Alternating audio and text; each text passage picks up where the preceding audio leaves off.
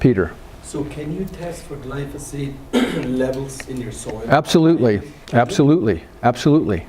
You can test for glyphosate levels in your soil, in your urine, in your wife's breast milk, in everything. Cheese, Cheerios, Twinkies. This is when moms across America had the breast milk of women sampled for glyphosate content. And when they got the results back, you talk about some mad women. So what was the level? Do you still remember? Oh, I don't. I pulled this study a week ago because I'm doing it for the chickens. I'm putting all that together in the chicken information. I can't remember. I didn't write it down. I just read it, so I lost it, Ed. But the glyphosate level is way, way, way beyond what it should be in our systems. And so glyphosate now has been largely determined to be carcinogenic, okay, because it destroys the balance in our systems. Well, those people who have made glyphosate and use glyphosate, I mean, it unfortunately is a mainstay in agriculture. And it's worked very effectively, but what we have done is we have toxified our soils. Then we have toxified our food system, because every disease that we have in the human population has been on a dramatic rise in a serious way since we did genetically engineered crops that were sprayed directly with glyphosate. We used it as a burn down. We've been using glyphosate since the mid-70s, but it really escalated. Worldwide, right now we use 3 billion pounds of glyphosate a year. The U.S. uses 300 million pounds of glyphosate a year. And we do this year after year after year after year. So let's just take corn for half a minute. Glyphosate corn's GMO. We spray it once or twice with glyphosate. It's systemic, goes into the plant, goes into the grain, goes into the ethanol, goes into your gas. So when you start your car, you create exhaust, you now have airborne glyphosate. Where isn't it? Corn syrup. Soy. What's soy not in?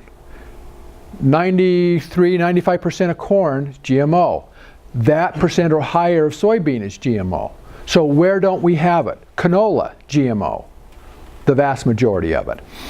So you're either spraying it with glufosinate or glyphosate.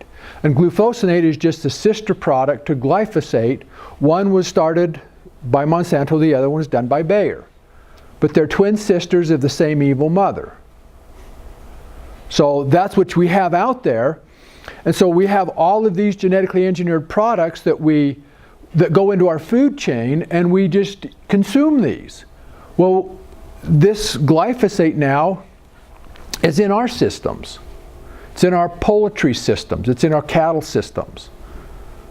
And so right now they're doing a direct cause and effect with glyphosate and Clostridium botulinum.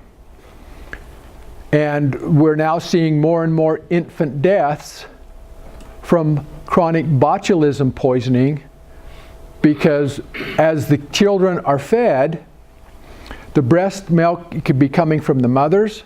A lot of your sudden infant death syndrome, that they just said, gee, you know, we have a protein imbalance in the blood or whatever. A lot of it, most of it is misdiagnosed. The big part of it is coming from glyphosate stimulation of Clostridium, producing the botulinum toxin, and it's killing the babies. That is a traceable event. Because when they take and they culture for that organism in these children, these infants that are dying, this is the chain. I was at the organic ceremony they had in the Great Falls here, and they said glyphosate in a loaf of bread, you could find 400 parts per million in a loaf of bread. That's how bad glyphosate. Well, and see, this has become a practice, and this is how it happens. A lot of wheat farmers and barley farmers will use glyphosate as a desiccant. And when you apply, and to do this, you have to have a viable, you have to have a plant that's right there at the end drying down. And you do this so that it evens out the harvest. Okay? And it's very effective. But when you hit the plant in late reproduction stage with glyphosate, and they fly it on, and you only need an ounce or two per acre, but to finish off the plants and kill the field uniformly, because you don't want dry spots and green spots because it messes up your harvest. The problem is at that late application rate, the plant is pushing everything into the grain. So you have a hyper concentration of that glyphosate in that kernel. And where's that kernel going? Bread, poultry, hog, into human food, flour.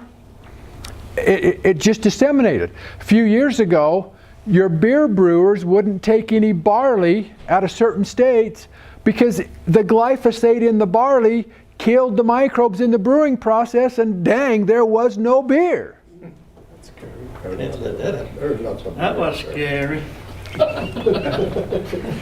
And we had Roundup Ready canola. And You do? Straight Roundup on that canola. Yeah.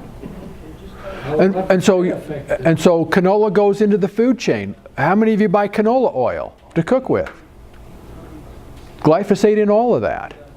And so this glyphosate does a very fast job of altering every biology in every environment. Our guts, our animals, our soils. And when we alter that biology, now we alter the nutrition, we alter the health. So pathogens, again, always produce toxins. Beneficials produce nutrition. I don't want to shift my population into all pathogens. This is how it damages us.